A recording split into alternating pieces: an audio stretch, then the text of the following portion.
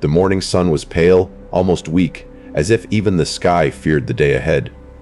The Carter family's car rolled down the highway, their luggage rattling faintly in the trunk.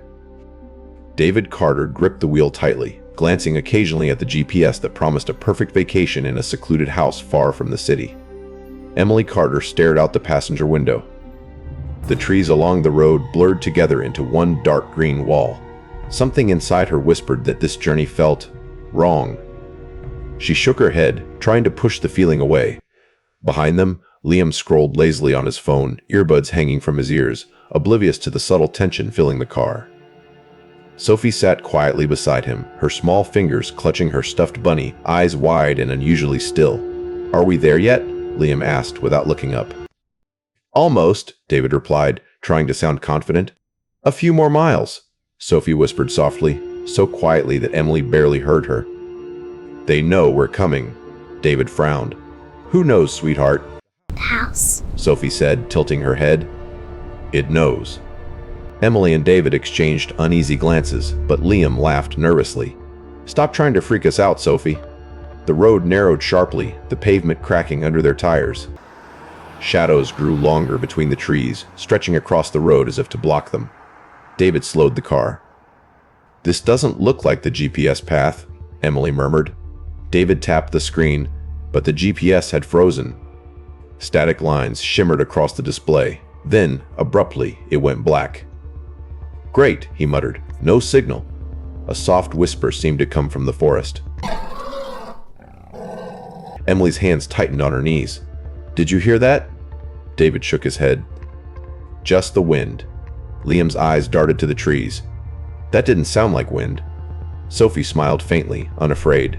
"It wants us to come." The forest opened suddenly, revealing a clearing, and there it was. The house. It rose like a dark monument against the dimming sky. Its wood had faded to ash gray, and the windows seemed to watch them like empty eyes. David swallowed. "It's bigger than the photos." Emily stepped out first, the air feeling suddenly heavier. Cold. Silent. The kind of cold that sinks into your bones and doesn't let go. Liam stayed in the car, uneasy. "It's just a house," he muttered. Sophie skipped forward, smiling. "It's the same one from my dreams." Emily's stomach dropped. "Dreams?" Sophie nodded, pointing at the front door. "It's been waiting for us." The wind didn't blow. The trees didn't rustle. It was the kind of silence that screams. David tried to force normality. "Come on, let's unpack. Nothing here can hurt us." But as he spoke, a faint scratching echoed from the walls, not from the outside, from inside. Emily froze. "Did you hear that?" Liam's face went pale. "Yeah, that's inside the house." Inside, the house was immaculate. Dustless. Airless. Too perfect. The walls were pale wood, floors polished to a mirror sheen. Nothing felt lived in, yet somehow it felt alive. Emily set down her bag and ran a hand over the wall. Cold. Too cold. The kind of cold that makes your skin feel like it's no longer yours. Sophie wandered toward a hallway that led deeper into the house. "The angel lives here," she whispered. David forced a laugh. "No angels here, just a creepy old house." "They're coming closer now. The shadows are whispering back. They want between me." But Emily's eyes lingered on the hallway. Something moved just past the corner of her vision, a shadow that wasn't her own. Then the lights flickered once, twice, and steadied again. Footsteps. Slow. Dragging. Somewhere above them. There was no second floor. David's voice shook as he called out, "Hello?" No response. Only silence. Emily clutched his arm. "We shouldn't be here," but it was too late. The house had already noticed them. Night fell quickly. Shadows stretched across every corner.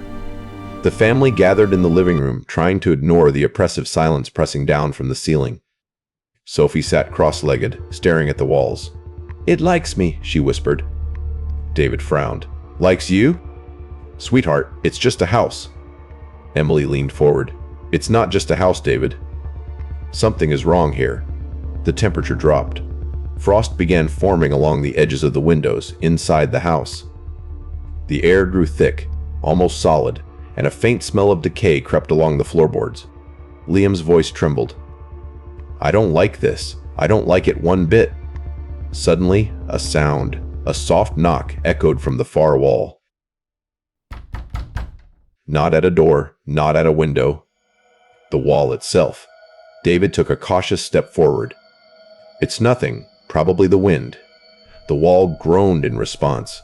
Emily grabbed his arm. Don't go near it.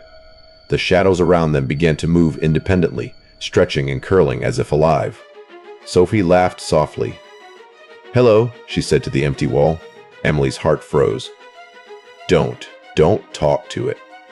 Later that night, the family tried to sleep. Every room had its own chill. Every corner seemed to hold eyes. David checked the front door. It was locked from the inside, though they had never touched the lock. A whisper, so faint it could have been imagined. Stay forever. Emily bolted upright, clutching her chest. Did you hear that? Liam's phone, which had been dead, lit up suddenly with a single message. You belong to US Now. Sophie smiled at the message. They know we're awake. David's rational mind faltered. He grabbed the family together. We need to leave, right now. But the hallway stretched impossibly long. Doors appeared where there were none. Windows reflected rooms that didn't exist. The house had begun to bend reality, and the Carter family realized, too late, this was no ordinary house. This was a dead house, and it had already chosen them. The night seemed endless. The Carter family huddled together in the living room, but the warmth they hoped to feel never arrived. The house's silence pressed in around them, thick and suffocating, broken only by faint, unidentifiable sounds from the walls. Each creak, scratch, and whisper made them flinch, though nothing visibly moved. Emily sat closest to the fireplace, even though there was no fire. Her hand shook slightly as she tried to control her breathing. We can't stay here, she said softly, more to herself than to anyone else. We need to leave first thing in the morning. David ran a hand over his face, trying to calm himself. He wanted to believe it was just the stress of traveling, the strange emptiness of the house, the isolation, but deep down he knew that something was very wrong. The walls themselves seemed alive, almost watching them. Sophie wandered to the hallway, barefoot, clutching her stuffed bunny tightly. The angel wants me to look, she whispered. David's heart stopped. He moved toward her, but every step he took seemed slower, as if the floor itself resisted him. Liam stayed on the couch, tense, holding his knees. I don't think it's a person, he muttered. I mean, it's not alive, right? It's the house. Before anyone could respond, a low, dragging sound echoed from above. Emily froze. There's no upstairs. The floorboards groaned beneath invisible weight. Shadows stretched across the walls, bending unnaturally, twisting into shapes that resembled people, but not quite human. They lingered for a heartbeat before vanishing, as if swallowed by the house itself. Sophie giggled. They're shy, she said. They just want to play. David gritted his teeth. No, they're not shy. They're dangerous. We need to stay together, now. As he spoke, the lights flickered violently. A faint whisper slithered through the room. Stay forever. Emily's fingers dug into his arm. We can't stay. It's alive. It's not just walls. We can't stay here. Something's wrong. I can feel it. We have to leave now. Please, let's go before it's too late. From the far end of the living room, a door they had not noticed before creaked open. It led to a hallway that twisted impossibly, longer than the house's original layout. A cold wind, or perhaps the absence of it, blew through the doorway. David stepped forward, trying to keep control. We'll check it together. Nothing is going to hurt us. But as they moved, Sophie ran ahead, smiling, her eyes wide. They like me. They want to show me. Emily lunged for her, but the hallway seemed to stretch endlessly. The further they went, the longer it became, the walls seeming to pulse, almost breathing around them. Liam's voice trembled. This isn't real. It can't be. A faint scratching began, circling them like a predator pacing. The sound came from the walls, the floor, and somehow above and below them at once. Emily felt as if the house was closing in, bending reality until the world outside no longer existed. Sophie stopped suddenly in front of a cracked mirror. "Look," she whispered. "It's me and them." In the reflection, the other side of the mirror showed the family, but subtly wrong. Their movements were slightly delayed, smiles too wide, eyes hollow. David stepped closer, shaking. That's impossible." The reflection moved on its own, staring directly at them. A voice, familiar yet hollow, echoed softly. "You belong here," Emily screamed, grabbing Sophie. Liam bolted toward the main door, but it slammed shut on its own, locking them in.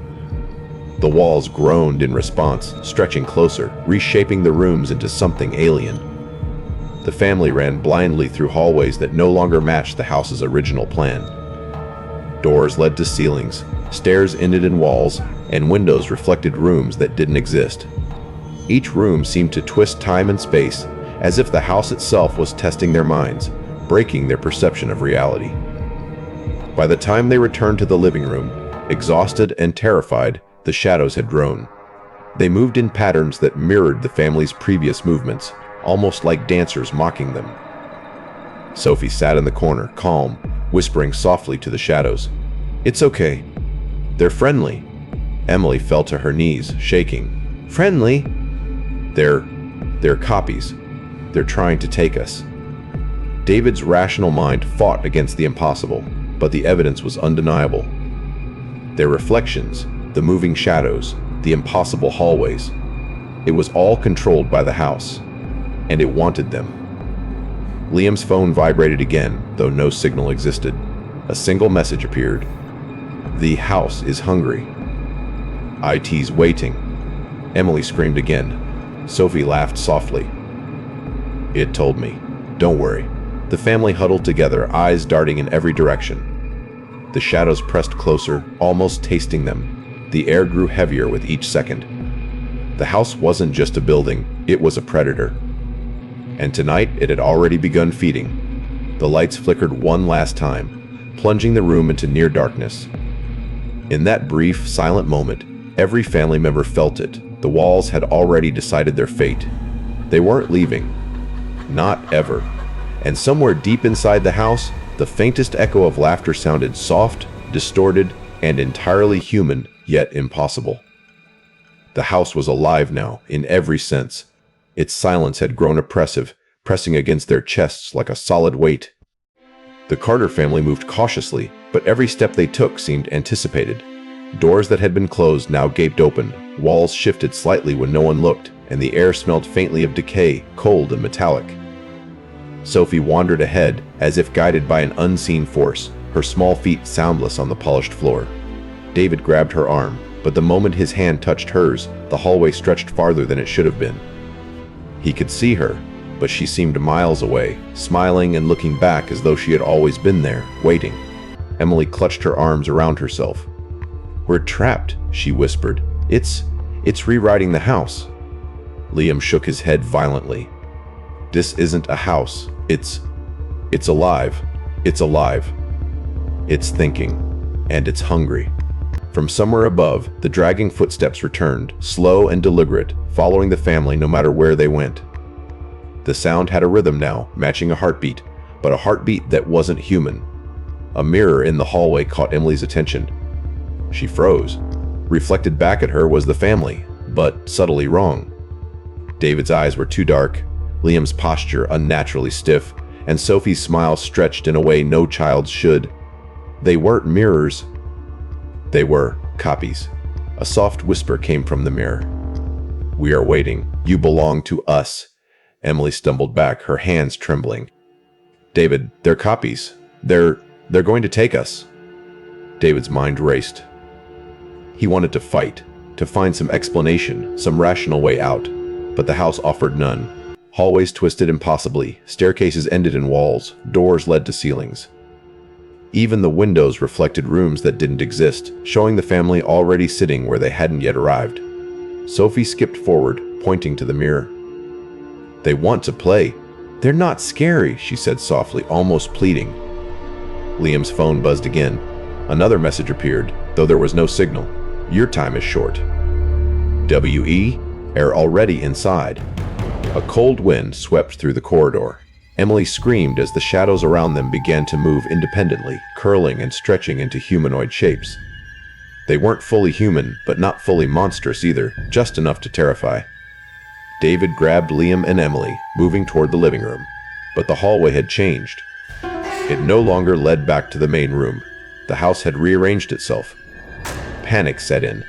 They found themselves in a room they had never entered before, with walls covered in old photographs, pictures of families from decades past. Every photo showed the same house, the same empty, lifeless walls, but in each photo, something horrifying, faint, shadowy figures of previous occupants standing unnaturally still in corners, faces blurred, eyes dark and empty. Sophie walked between the photographs, tracing them with her fingers. "They're lonely," she whispered. "They want us to stay." Emily's voice trembled. "No. No? That's not okay." A sudden movement behind them made them all turn. Standing there, in the far corner, was a figure that looked exactly like David, but slightly off. Its eyes were too dark, its smile too calm, too wide. "David?" Emily's voice broke. The figure tilted its head slowly, moving unnaturally, dragging one foot slightly. "Hello," it said. "We've been waiting." Sophie stepped forward, unafraid. "It's okay. They won't hurt us if we stay." Emily grabbed her daughter. "Stay." "No. We have to get out." The copy took a step closer, and suddenly, other figures emerged from the shadows. Copies of Emily, Liam, even Sophie herself, all moving with the same unnatural rhythm. They were perfect duplicates, except for one thing. Their eyes were empty, voids that seemed to pull at the soul. David felt a scream rise in his throat, but it got trapped. The walls themselves pressed inward, forcing them together. The copies mirrored every movement, every breath. The house had begun the assimilation. The whispers grew louder, echoing off the walls, the ceiling, the floor. "You belong to us. You will never leave. You will become one with the house." Emily's heart pounded. "We have to fight it. Together." But the house responded before they could move. The floorboards beneath them trembled violently. Shadows lunged, twisting into their forms. The room seemed to pulse like a heartbeat, dragging the family toward the corners where the copies waited. Sophie smiled faintly. "It's okay," she said again, almost hypnotically. "It's part of us now." David's mind shattered. Every escape route disappeared. Doors led to walls. Windows reflected rooms they weren't in, and the shadows closed in. The house had already started claiming them, physically, mentally, spiritually. Liam's voice cracked. "It's inside us. I can feel it, in my head." Emily screamed as she saw her own reflection in the corner mirror. But it wasn't her. Her copy smiled back, eyes hollow and black, reaching out as if to pull her in. The family held each other tightly. There was no running, no hiding. Only the relentless presence of the dead house, reshaping reality, claiming their identities, and preparing to add them to its endless collection of trapped souls. The last thing they heard before the lights flickered out completely was a whisper, chilling in its finality. "Welcome home. You are ours now." The house exhaled a cold, heavy breath. Every wall, every floorboard, every shadow pulsed with life, or perhaps unlife.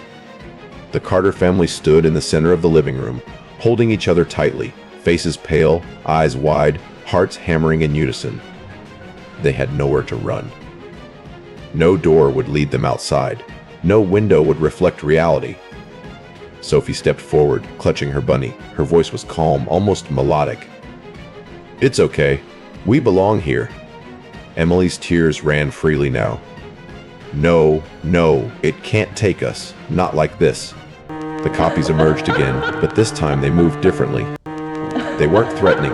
They were patient, expectant, hollow eyes fixed on each family member, waiting for the final step. David swallowed hard. He could feel it creeping into his mind, whispering, showing visions of endless corridors, infinite walls, shadows stretching beyond reason. The house wanted them, and resistance was meaningless. A warmth, strange, fleeting, passed through him. He realized something. Surrender didn't mean the end. It meant joining the house, becoming part of something eternal. The house had existed for decades, centuries even, collecting, preserving, transforming. Those who entered became both a part of it and a witness to it, trapped yet alive in a new, otherworldly way. Emily's gaze softened. Her fear lingered, but beneath it was awe.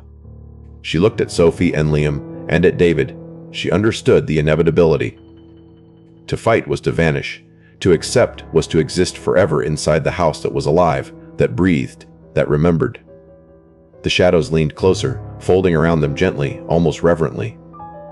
The copies mirrored their movements exactly. And then, slowly, beautifully, the family began to fade. Not with pain, not with screams, but with an eerie serenity.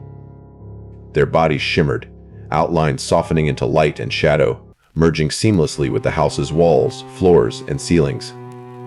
Sophie's smile was the last to go. Her small form stretched toward the corner mirror, reflected infinitely, until she became the light that shimmered behind all the windows, the laughter echoing softly in every empty room. David's last thought was not fear, it was awe. The house was alive, beautiful in its own horrific perfection. It had waited for them, and now they would be remembered forever.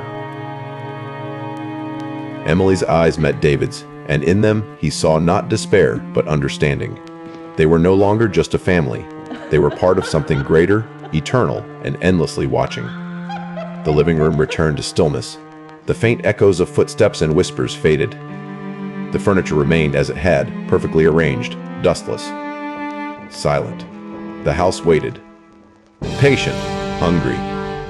And somewhere in the shadows, soft giggles and a faint whisper drifted through the halls. Another family will arrive soon, and we will remember them too.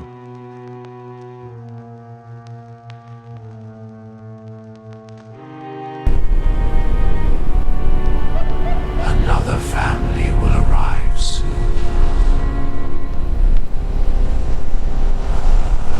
The walls pulsed gently, almost like a heartbeat. Outside, the sun set. The house stood silently in the clearing, waiting for the next souls brave or foolish enough to enter. And though it had taken the Carters, it had done so beautifully. Terrifying, yes, but breathtaking. The house was not just death. It was eternity, and the family, now a part of it, would live forever within its silent, pulsing heart. The house had won, and in that victory there was an impossible, haunting perfection.